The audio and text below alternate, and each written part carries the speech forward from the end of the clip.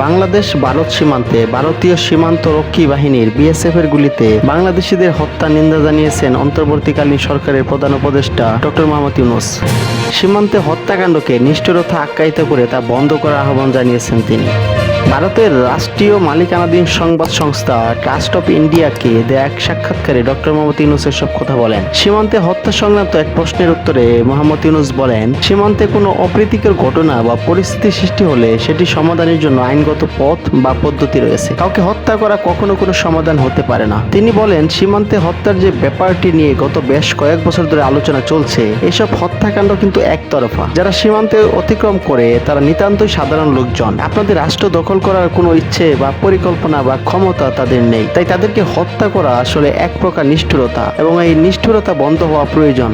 প্রধান উপদেষ্টা বলেন, অন্তর্বর্তীকালীন সরকার ভারতের সঙ্গে দীর্ঘদিন ধরে ঝুলে থাকা তিস্তার পানি বন্টন চুক্তি নিয়ে মতপার্থক্য নিরসনের চেষ্টা করবে, কারণ এটি বছরের পর বছর বিলম্বিত করা কোনো দেশের জন্য লক্ষ্য পূরণ করে না। ডক্টর মোহাম্মদ ইউনূস বলেন, এটি নতুন কোনো ইস্যুও নয়, বরং অনেক পুরনো। অতীতে অনেকবার অনেক উপলক্ষে আমরা এই ইস্যুতে কথা বলেছি। আমরা চুক্তি চূড়ান্ত করতে চাই, ভারতের কেন্দ্রীয় সরকারও চায়, কিন্তু পশ্চিমবঙ্গের সরকার তা চায় না। এই ইস্যুটি আমাদের সমাধান করতেই হবে। গত 5 আগস্ট ছাত্র জনতা আন্দোলনের মুখে প্রধানমন্ত্রীর পদ থেকে পদত্যাগ করে ভারতে আশ্রয় নেন শেখ হাসিনা। তারপর থেকে সেখানে অবস্থান করেছেন তিনি। তার পদত্যাগের পর 8 আগস্ট নোবেল বিজয়ী অর্থনীতিবিদ ডক্টর মোহাম্মদ ইউনূসের নেতৃত্বে গঠন হয় অন্তর্বর্তী সরকার। এছাড়া পিটিআইকে দেওয়া আরেক সাক্ষাৎকারে তিনি বলেন যে তিনি এই মাসের শেষের দিকে অনুষ্ঠিতব্য জাতিসংঘ সাধারণ পরিষদের অধিবেশনের মাঝে ভারতীয় প্রধানমন্ত্রী নরেন্দ্র মোদীর সাথে দেখা করার এবং সাইডলাইনে বৈঠক করার চেষ্টা করবেন।